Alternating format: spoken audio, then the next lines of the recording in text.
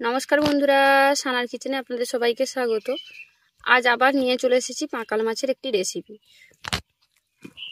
দেখুন কত বড় বড় পাঁকাল মাছগুলো। এই পাঁকাল মাছগুলো দিয়েই আজকে রেসিপি তৈরি করে দেখাবো আপনাদের। প্রথমে পাঁকাল মাছগুলোকে ভালো করে পরিষ্কার করে নিয়ে কেটে ধুয়ে নিতে হবে, তারপর রেসিপিটা তৈরি করব।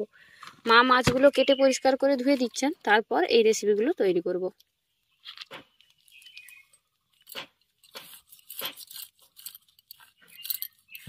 পাঁকাল মাছের ছোট ছোট আঁশ থাকে বড়। পাঁকাল মাছ পরিষ্কার কিন্তু আরও একটা জিনিসে খুব ভালো হতো। কড়াই মাজা হয় যে তারের জালিগুলো হয় না, সেইগুলো দিয়ে ঘষে দিতে হতো, দিলে খুব সুন্দরভাবে পরিষ্কার করা হতো।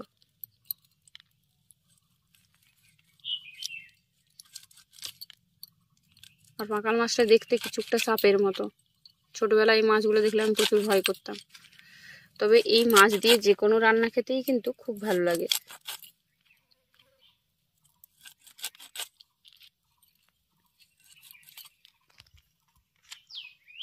দেখুন একটা মাছ দিয়ে কতগুলো টুকরো হলো, আর পিসগুলো বেশ বড় বড়ও হয়েছে।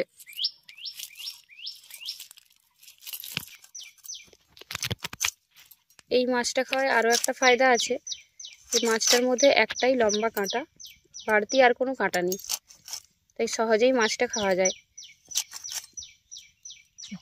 সমস্ত মাছগুলো কেটে পরিষ্কার করে নিয়ে ধুয়ে নিয়ে গিয়ে রান্নাঘরে আপনাদের সঙ্গে দেখা হচ্ছে। পাঁকাল মাছগুলো কেটে ধুয়ে নিয়ে পরিষ্কার করে চলে এসেছি। এবার এর মধ্যে লবণ আর হলুদটাকে মাখিয়ে নেব।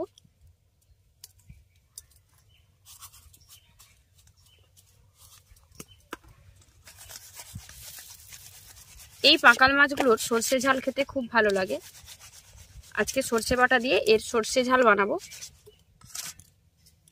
এবার কড়াই গরম করে কড়াইয়ের মধ্যে দিয়ে দিচ্ছি সর্ষের তেল।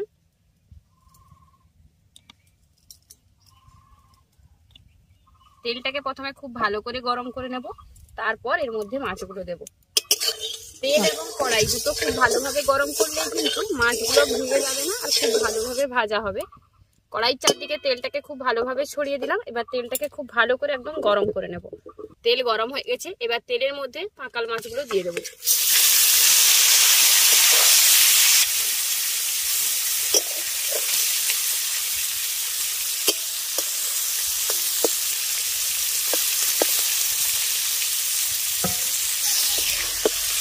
মাছগুলো ভেজে নিয়েছি, এবার এগুলো তুলে নেব।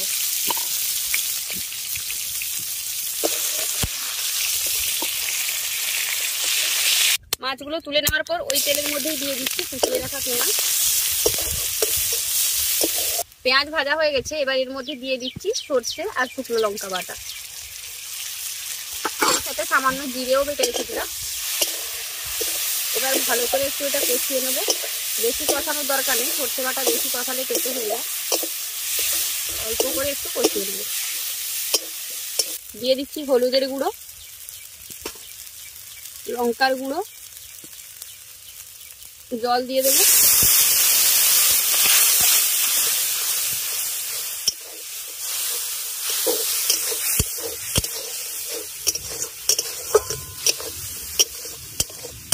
ভালো করে মশলাটাকে কষিয়ে নিলাম।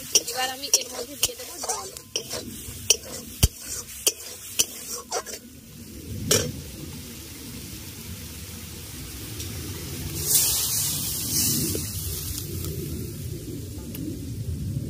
স্বাদ মতো লবণ দিয়ে দিচ্ছি।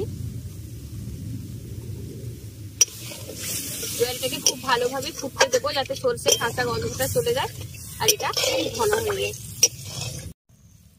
খুব ভালোভাবে ফুটে উঠেছে আর ঘনও হয়ে গেছে। এবার আমি ভেজে রাখা মাছগুলো এর মধ্যে দিয়ে দেবো। মাছগুলো দিয়ে আরো 3-4 মিনিট এগুলোকে ফুটাবো, যাতে মাছের মধ্যে মশলার ফ্লেভারটা খুব ভালোভাবে ঢুকে যায় আর এটা আরো শুকনো শুকনো হয়ে যায়। এটাকে খুব ভালোভাবে ফুটিয়ে নিয়ে শুকনো করে নিয়েছি। এরকম শুকনো শুকনোই সর্ষে ঝালটা খেতে বেশ ভালো লাগে। এবার এটাকে একটা পাত্রে নামিয়ে নেব। তৈরি হয়ে গেল গরম গরম পাঁকাল মাছের সর্ষে ঝাল। গরম ভাতের সঙ্গে এই পাঁকাল মাছের সর্ষে ঝাল খেতে দারুণ লাগে। আমাদের আজকের এই রেসিপিটা আপনাদের কেমন লাগলো অবশ্যই কমেন্ট করে জানাবেন। ভালো লাগলে বরাবরের মতো ভিডিওটিকে লাইক করে আপনার ফ্রেন্ডস ও ফ্যামিলির সঙ্গে ভিডিওটা শেয়ার করার অনুরোধ রইল। আর চ্যানেলে নতুন বন্ধু হয়ে থাকলে চ্যানেলটি অবশ্যই সাবস্ক্রাইব করে নেবেন। সেই সাথে যারা ফেসবুক পেজে দেখছেন তারা অবশ্যই ফেসবুক পেজটি ফলো করে নেবেন। আর কোন কোন রেসিপি আপনারা দেখতে চান সেটাও কমেন্ট বক্সে কমেন্ট করে জানাবেন, আমরা সেই রেসিপিগুলো আপনাদের দেওয়ার চেষ্টা করব।